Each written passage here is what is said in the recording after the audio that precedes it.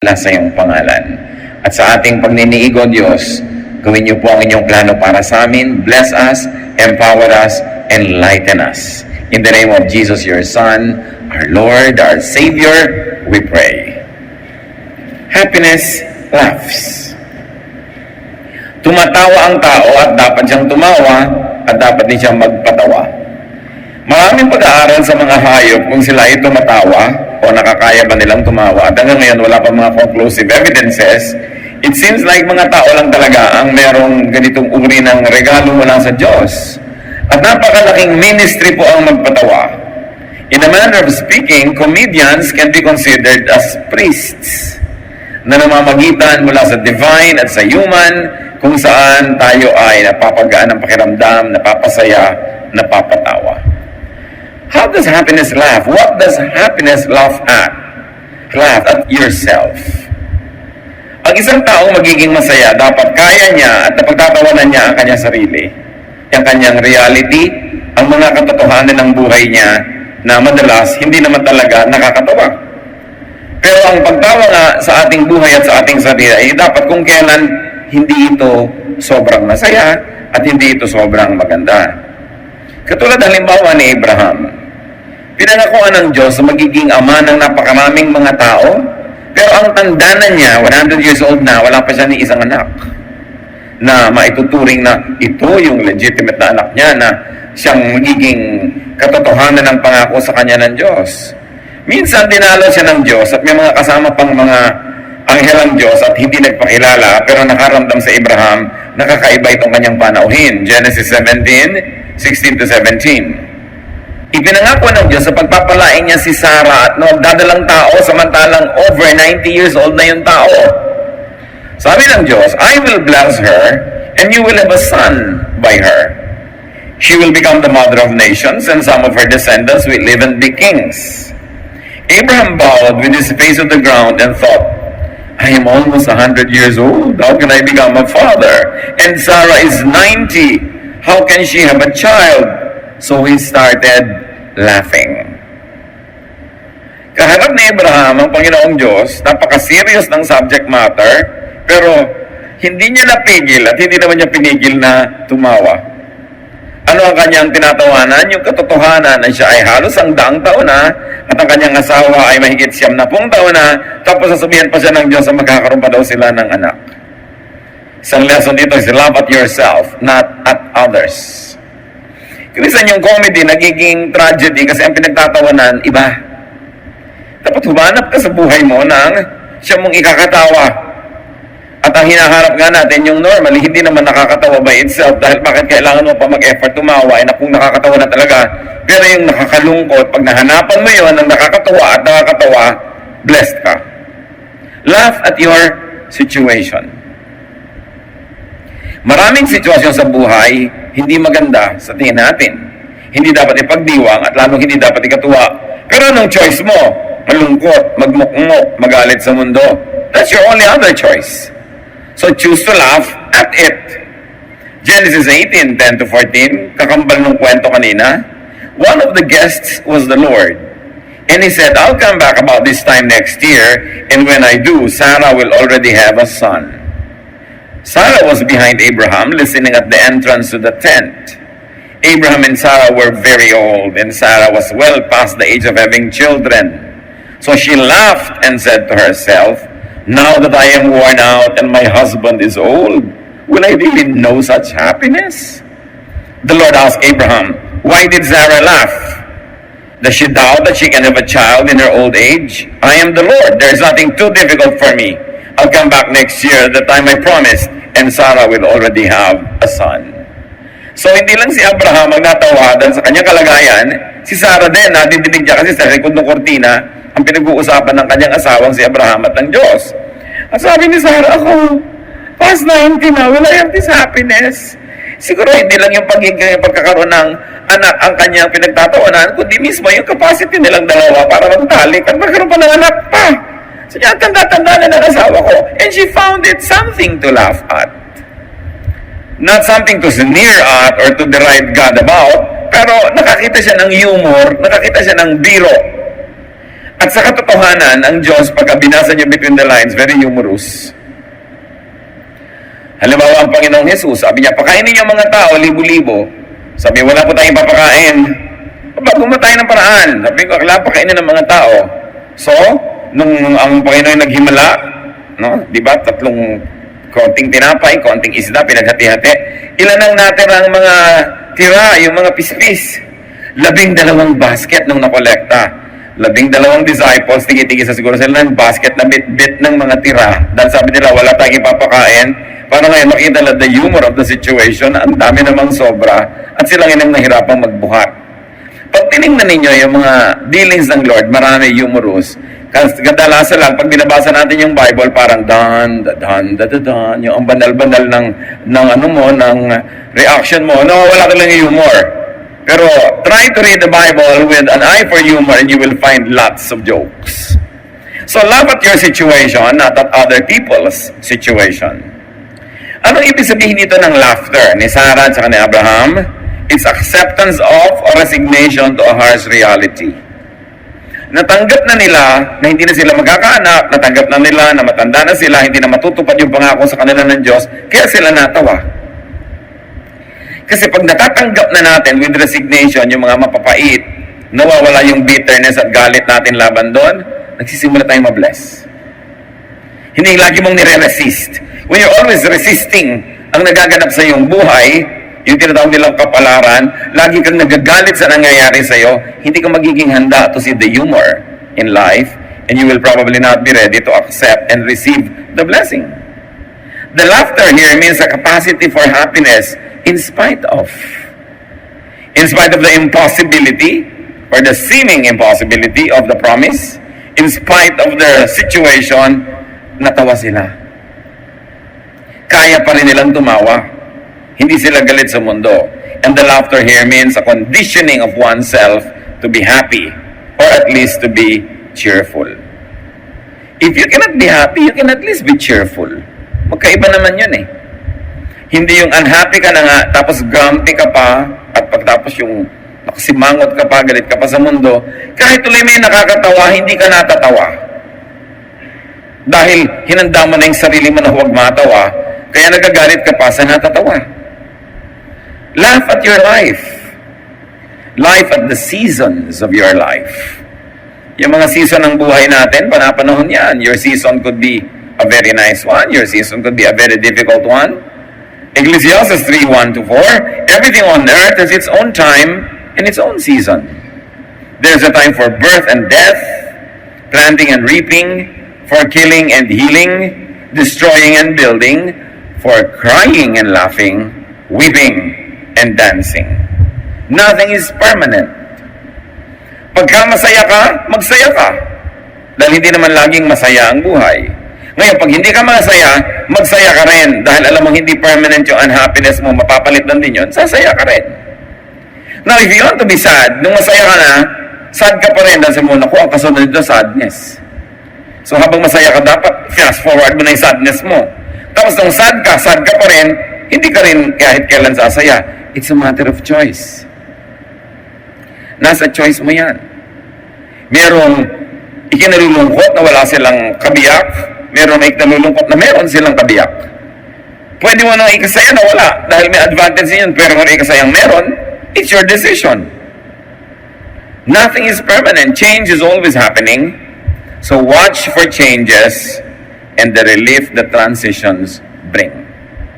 Lahat ng pagbabago may ibinibigay na relief yan. Hindi lang discomfort. Kailangan i-develop mo yung mata mo, kapatid, na makita yon. Fortify your life with a positive attitude and optimism. Paano mo nalalagyan ng pader ang buhay mo para mailigtas ka sa mga lungkot nito? Doon mag-develop ka ng optimism. Yung ang nakikita mo, positive. Yung proverbial kasabihan that some people see a glass half empty.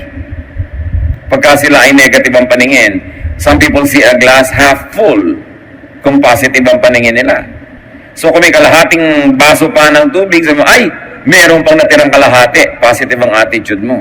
Kung negative naman, ay, wala na yung kalahati, naubos na, kalahati na lang natira. Pwede mong gawing negative. So the same kalahating basong tubig will make you feel good or bad. It depends on your attitude. Kailangan patibayin mo ang iyong buhay sa pag-develop ng isang very positive disposition. Nasiraan kayo ng sasakyan, matagal gagawin, o maghahanap ka ng kain na ng halo-halo, kakain kayo ng halo-halo, mangunguyakoy kayo doon sa tindahan ng halo-halo. Kasi magreklamo ka sa buhay at magalit, maghihintay ka rin naman habang ginagawa yung sasakyan mo. It's all up to you. Fortify your life with contentment on demand. Yung, ay kailangan may makita akong contentment. Kailangan sumaya ako sa sitwasyon na ito kahit na sinasabi ng iba, hindi ako dapat maging masaya. Nasa sayo yon. Fortify your life with cheerfulness. Positive dapat tayo sa paningin. Proverbs 15:15, the poor have a hard life, but being content is as good as an endless feast. So yung totoo, mahirap ang buhay ng mga mahirap kasi mahirap maghanap buhay ng konti yung kinikita mo sa sobrang pagod. Sabi niya, pero kung kontento, daig mo pa ang may piyesta araw-araw. Kung mayaman ka naman, wala kang contentment, kahit piyesta araw-araw, hindi ka pa rin masaya at nasisiyahan. Bit-bit mo ang iyong kaligayahan, dala-dala mo rin ang iyong kalungkutan. Nasa sayo kung alin na yung bibitawan at kung alin ang iyong patuloy na bubuhatin. So laugh at your comedy. Ang buhay ng tao, ang dami-daming comedy. Laugh at your tragedy or laugh in spite of your tragedy. Kaya sa drama, yung mukha ng tao, ang dali-daling pinapalungkot, pinapababa lang yung labing ganyan. Sa pinapasaya naman, pinapataas lang. It's the same mouth, it's the same lips. A few directions, a few movements of some muscles will already determine your disposition. Ngayon, kung masaya ka, it shows on your face. Pero kung hindi ka tunay na masaya at pinapasaya mo yung mukha mo magiging entry point ng happiness into your heart. Kaya magiging happy ka rin. You have to reverse the cycle of loneliness by at least showing a cheerful disposition, by singing a song, by smiling, by laughing, at makikita nyo may energy sa yung cheerfulness, it could turn into happiness. Kailangan yun. Yung iba naman happy na, ayaw pa maging cheerful, ayaw pa magpahalata. Ang happy-happy na. Ang laki ng kinita sa negosyo, huy, tumipa ka ba? Konti.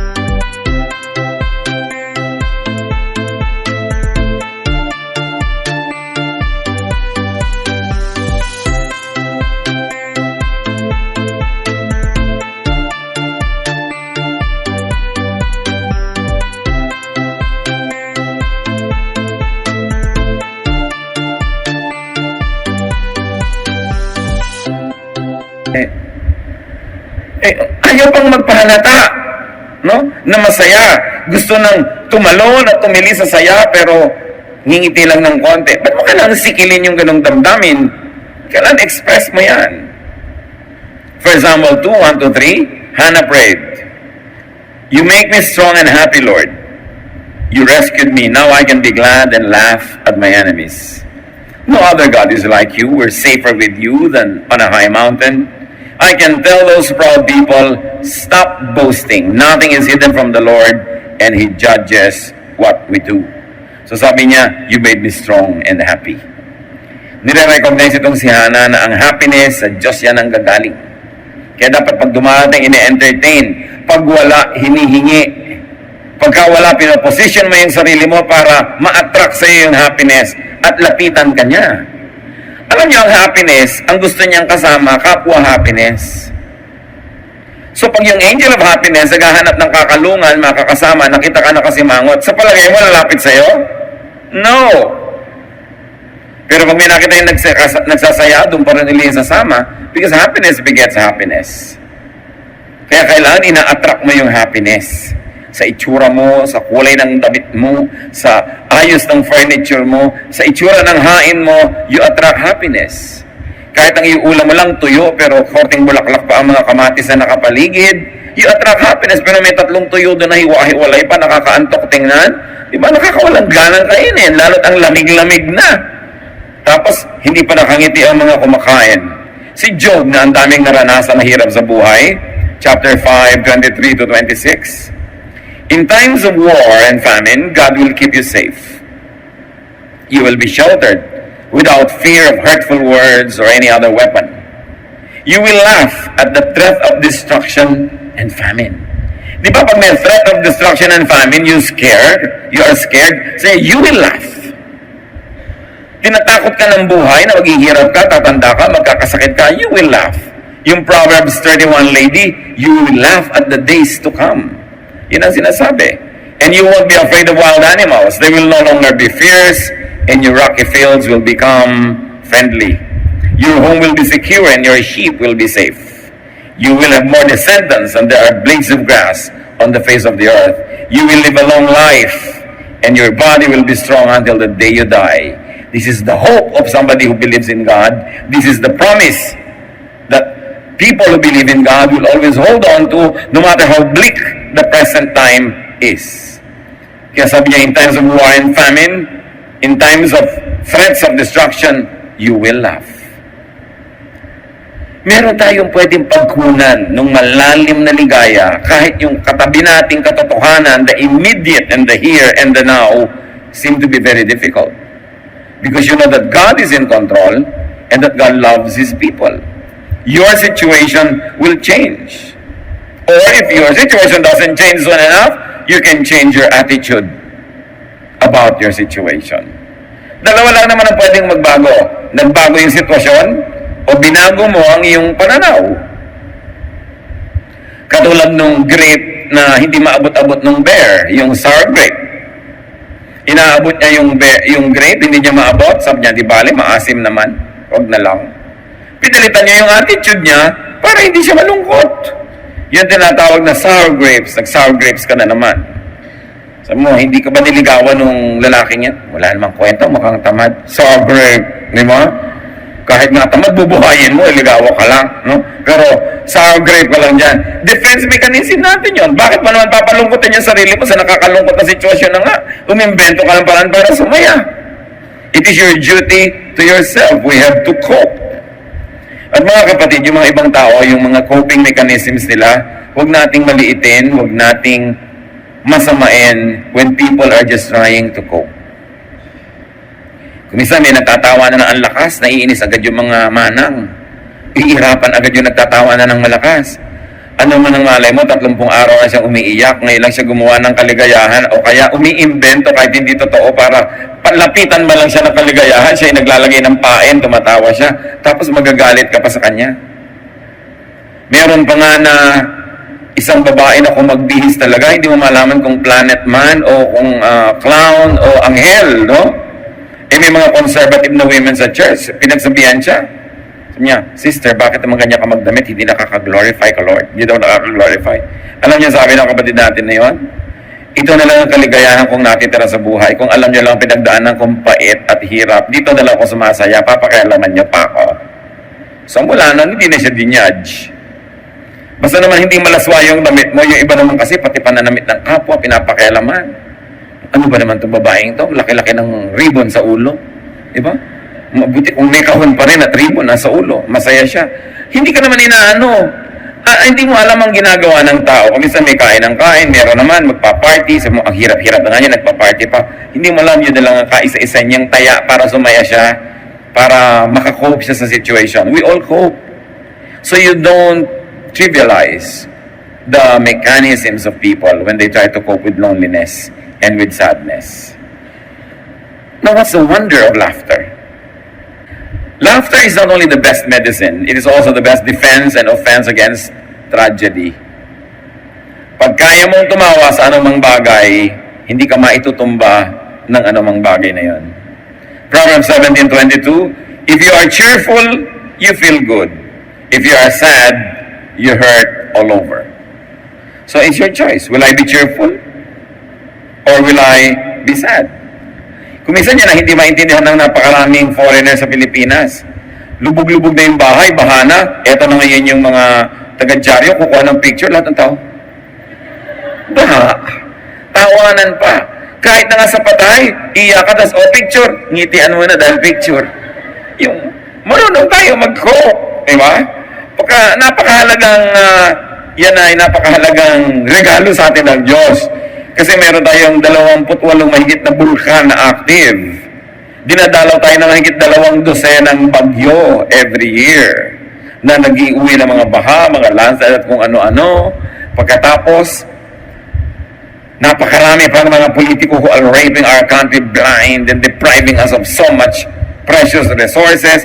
Ang daming dapat ikalungkot sa buhay. Kung hindi tayo magiging cheerful, nagpakamatay na ang buong bayang Pilipinas. Pero hindi. We have this indomitable spirit. Kasi meron tayong cheerfulness. Meron tayong kakayahang magsaya sa konti-unti ang bagay at kaliit-liit ang bagay, kaya nating ipagdiwang ang buhay. At yan huwag niyong palitan. Magandang karakter natin yan. Kahit minsan mukhang mababaw. No? Kahit minsan para yun lang, masaya ka na. Pero buti nga ako sumaya. Buti nga, madali akong pasayahin, mababaw lang. Kasi ang hirap pa, ang dami pang kailangan para sumaya. Sabi, if you are cheerful, you feel good. So, pag hindi kayo masaya, mga kapatid, huwag kayong magmukmok. Humanap kayo na ikakasaya. Palitan nyo unang-una expression ng mukha nyo. Kasi yung expression ng mukha nyo, magnet yan. Pag nakasimangot yan, sa palagay nyo, anong tinatawag niya? Diba? Kalungkutan. So, kailangan mag-drawing ka ng ngiti sa iyong mga labi. Kahit hindi yung totoo sa iyong puso, mamaya magiging totoo na yun kasi tatablan ka ng sarili mong pagtatawa dyan. May effect yan. You can always be happy, but you can choose to be cheerful. Nakakapagpagaling ng mga sugat ng damdamin ang ating cheerfulness. Now, cheerfulness is not dependent on outward events. It is dependent on your attitude. Therefore, you are in control of it. Hindi mo makontrol ang mga nangyayari sa labas, pero kaya mong kontrolin yung kalooban mo, pwede mong isagot doon cheerfulness. Because cheerfulness and laughter empowers. Kita ninyo, pag may malakas tumawa, parang kanya yung buong hall. Parang nabili na niya yung buong bus sa pagtawa niya, dinig ng lahat. Laughter empowers. No? Proverbs 17:22, a cheerful heart is good medicine, but a crushed spirit dries up the bones. Kaya tayo mga kapatid, merong ministry of cheerfulness. Kasi pagka ikaw ay malungkot, hindi lang sarili mo yung naapektuhan. Naapektuhan yung mga katabi mo, mga mahal sa buhay, mga nasa paligid. Tayo may pananagutan din sa isa't isa na magpasaya sa isa't isa. Hindi kung malungkot ka, may karapatan ka ng palungkutin lahat ng tao. Meron tayong pananagutan to keep a group spirit, no? Esprit de corps, kailangan buhay. At lahat yan nagko-contribute. Sa inyong pamilya, kung malungkot yung mood, magdagdag kayo ng happiness. Hindi yung tinakausap na kayo, ayaw pa kumibo, pinapakain na kayo, ayaw pa lumabas ng kwarto. Inaalagaan pa kayo. Samantalang dapat katulong kayo na nagpapasaya sa buong pamilya. Kung tayo mayroong mahal sa buhay na may sakit, meron tayong mahal sa buhay na nakaranas ng tragedy, o kaya namatayan ng ating pamilya, lahat tayo may tungkulin na itaas yung mood ng family. Hindi pababain pa yon. We should contribute, no, to the improvement of the atmosphere. Cheerfulness is self-help. Pag ang sarili mo ay pinapasaya mo, naiinip ka, it's self-help. Isa ng mga kalaban ng tao, inip. Lalo kung medyo may edad ka na ng konti o wala ka masyadong ginagawa, naiinip ka, anong gagawin mo? Kailangan you should cheer yourself up. Kaya yung mga iba, anong nangyayari pag naiinip? Umiimbento ng mga bisyo, nagda-drugs, naglalasing, o kaya kung ano-anong sinusuot ng mga panganib, mga thrill, lalong problema ang nagiging bunga. Hindi lang tuloy inip yung nagiging problem, nagkakaroon pa ng crisis, nagkakaroon pa ng tragedy. Cheerfulness is first aid. At may mga tao na kung nagkakasagutan sila, nagkakainisan, kung may pumasok lang na isang nakakatawang bagay at pareho silang tumawa, solve na yung problem, hindi nalalaki yung gulo. Kasi yung pagtawa, nakaka-break yan ng momentum ng pag-aaway eh. Pag may nakakatawa, kaya kung minsan nag-aaway kayo, may isang kaibigan kayong kengkoy, pinapatawa kayo, nagagalit ka, huwag magpatawa dyan! Buti nga pinapatawa ka. Di ba? At kung kaya mong tumawa, tawanan mo. Kung hindi, imbentohan mo ng tawa. Masisira yung atmosphere of gloom at maaaring napakalaking pag-away ang hindi matutuloy dahil lang nagtawanan kayo. Cheerfulness is surgery. It can take off a part of your life that is undesirable or that is horrible. Pagka nagkaroon kayo ng katuwaan, cheerfulness is antidote. Kasi pag marami kang naipon na happiness and cheer in your life, kayang-kaya mong tumanggap ng mga hirap dahil maraming nakadeposit na positive, maraming mang ma-withdraw na negative, ang natira pa rin maraming positive. So cheerfulness is defense and offense. It is a powerful survival mechanism. Kaya pag may tawa ng tawa, huwag yung pigilin. Huwag yung lagi yung sinisikil yung tawa ng tawa. Dahil musika, sa tenga natin yung laughter. Nakakahawa nga yan yung tawa. Subukan ninyo, maglagay kayo sa iPad nyo, kaya maglagay kayo sa recorder, maglagay kayo sa computer nyo ng mga tawa. Yung talagang tawang parang gumugulong sa sahig yung tumatawa. Makinig ka lang, natatawa ka na rin. Lagyan nyo kaya ng panaghoy. Ang i-recording nyo yung mga iyak. Hindi nyo, may talab din sa inyo yan. Pinipili nyo kung anong dinidinig. Pinipili nyo kung anong pinapapasok sa tenga kasi pagpasok sa tenga, pumapasok sa brain. Pagkapasok dyan, brain na Kaya iaabangan nyo kung ano ang magandang pwedeng papasukin at makaka-effect sa inyo. Psalm 35, 27 to 28, let all who want to win be happy and joyful. From now on, let them say, the Lord is wonderful. God is glad when all goes well for His servant. Then I will shout all day, praise the Lord God, He did what was right. Pero ang mahalaga dyan yung sinasabi, if you want to win, be happy, be joyful. Yung palang premyo na. So find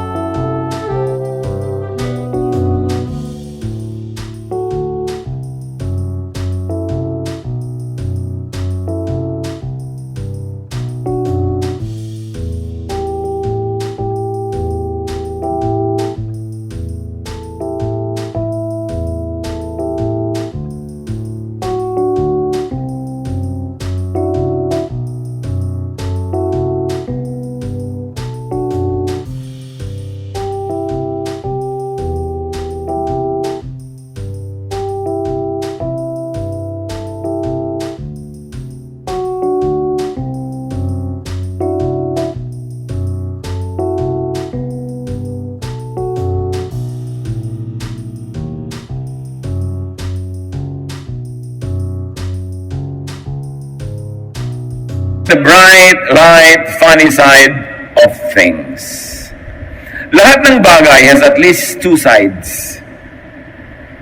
Gusto niyo mag-enroll, hindi kayo naka-enroll. May funny side din yun. Mag-e-exam kayo sa board, hindi kayo pumasa. May funny side din yun. There is also something that could be cheerful about kung hahanapin nyo lang. Laging at least two sides yan.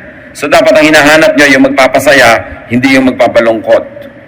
Proverbs 15:30, a friendly smile makes you happy, and good news makes you feel strong. So minister with your smile and with your cheerfulness. A friendly smile daw makes you happy, tama naman. So why don't you make others happy by smiling?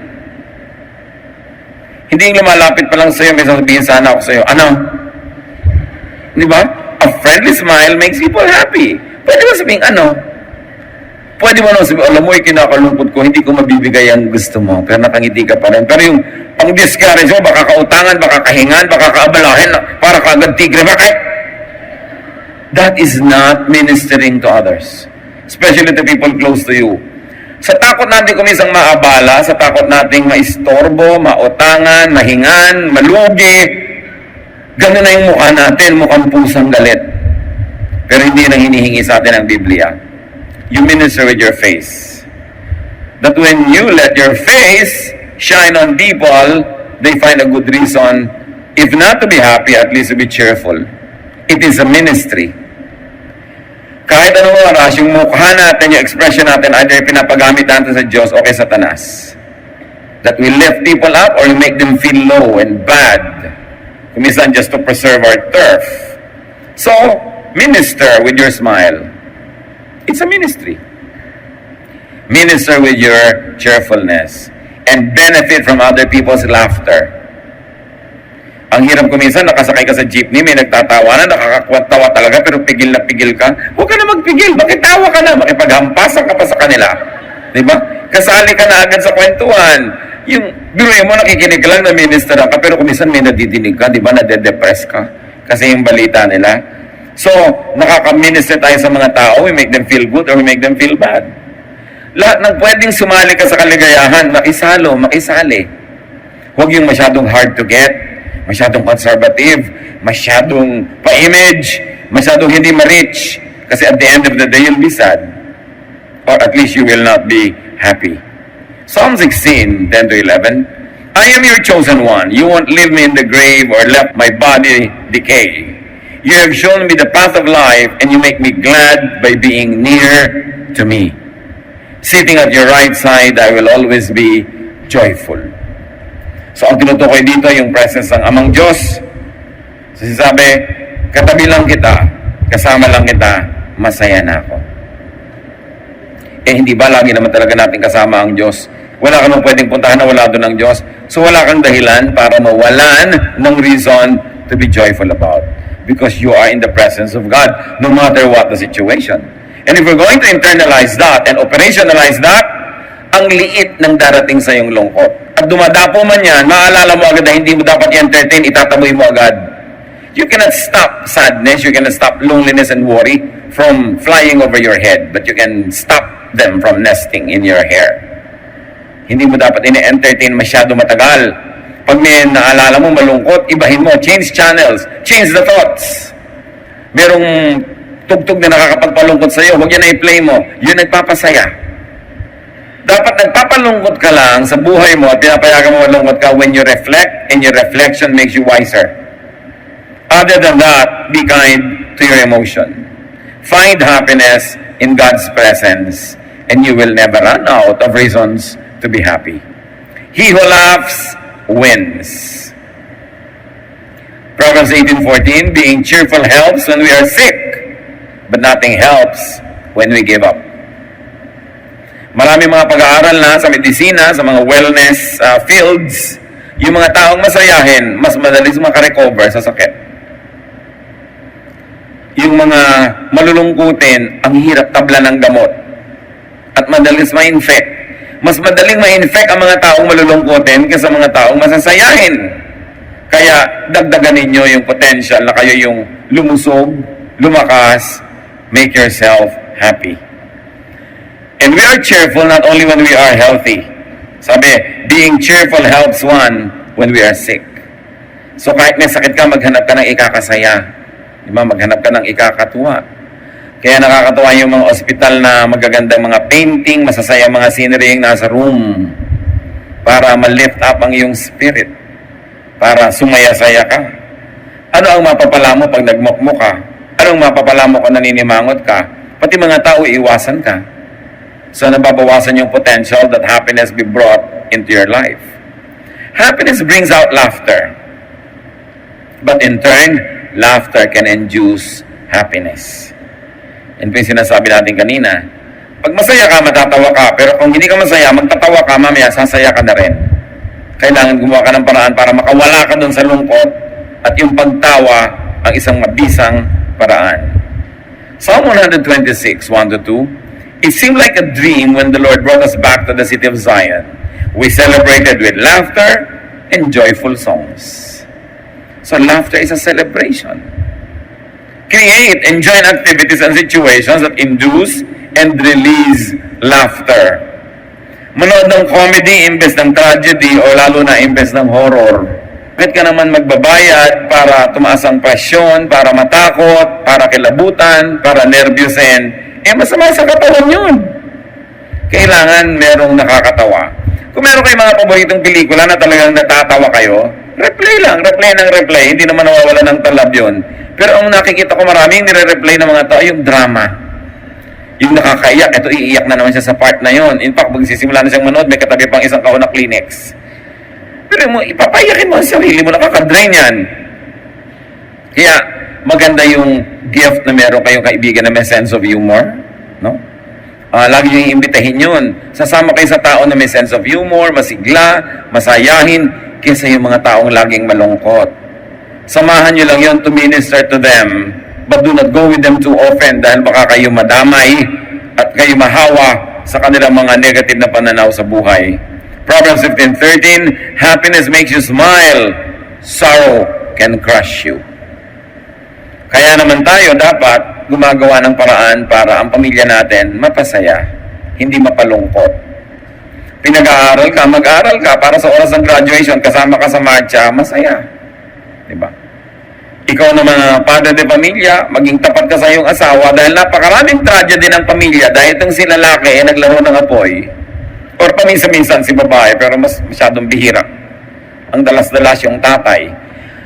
85% yata ng kalungkutan ng pamilya madalas galing doon sa tatay. No? Dahil siya itong kuminsan na yan ng babae, nagkaroon ng mga problema, kung ano, may nagbisyo. Ngayon, kung anak pa yung problema rin, pero mga 30-40% lang yun eh. Ang mag-asawa, kahit anong problema, kaya nilang harapin habang hindi pa yung asawa ang problema. Kahit ano yan, basta yung mag-asawa united, na haharap nila lahat. Ang mahirap pag yung asawa mo na ang problema mo.